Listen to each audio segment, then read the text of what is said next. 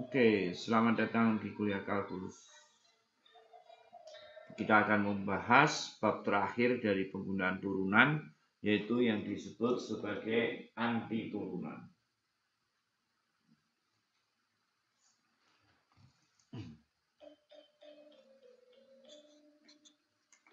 Misalkan diketahui fungsi f(x), turunan dari fungsi tersebut adalah f aksen x yang ditulis misalkan seperti ini. Fungsi f(x) disebut sebagai antiturunan dari f(x), ya, jadi sebaliknya begitu. Oke, kalau turunan dicari berdasarkan fungsi f(x), sekarang sebaliknya. Jadi fungsi f(x) disebut sebagai antiturunan f(x) jika diturunkan itu kembali ke f(x) sendiri. Sebagai contoh, jika f(x)-nya seperti ini, maka turunannya begini. Jika gx-nya adalah ini, maka g aksen x itu sama dengan ini. Jadi kita lihat bahwa sama dia.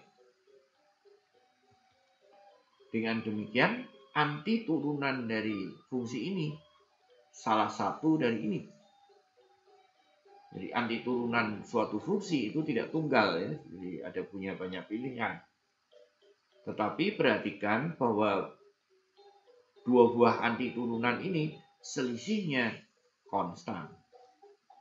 Ya. Dan hal ini memang berlaku umum. Kita akan melihatnya di sini.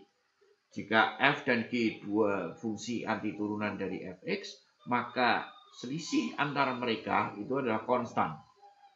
Buktinya, cari selisihnya f aksen g aksen, maka h aksen x sama dengan 0. Nah, jika hx tidak konstan, maka ada x1, x2, sehingga hx1 tidak sama dengan hx2. Kemudian dengan menggunakan teorema nilai rata-rata, hasilnya akan tidak 0. Itu berbeda dengan tadi. Jadi dalam hal ini tidak berlaku. Ya, ini di sini asumsinya pada daerah interval, ya. Jadi kontradiksi, oleh karena itu yang ini tidak berlaku, artinya h itu harus konstan. Jadi jika f(x) sama dengan 2x, antiturunannya sebetulnya adalah salah satu fungsi dengan bentuk seperti ini, ya, dengan c-nya itu diberikan nilai tertentu. Jadi sebagai contoh, kalau c-nya 0, c-nya 1, saya kira c-nya min 1. Pada titik x yang sama, pada x yang sama, turunannya ini akan sama.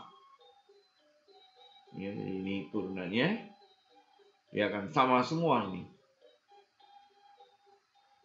Oke. Nah, definisi jika f(x) antiturunan dari f(x), antiturunan ini akan ditulis sebagai bentuk seperti ini atau dikenal sebagai integral tak tentu. Perhatikan bahwa variabel x ini tidak memegang peranan. Tulisan seperti ini atau ini mempunyai makna yang sama karena kita hanya memerlukan formulanya saja. Oke, saya kira cukup.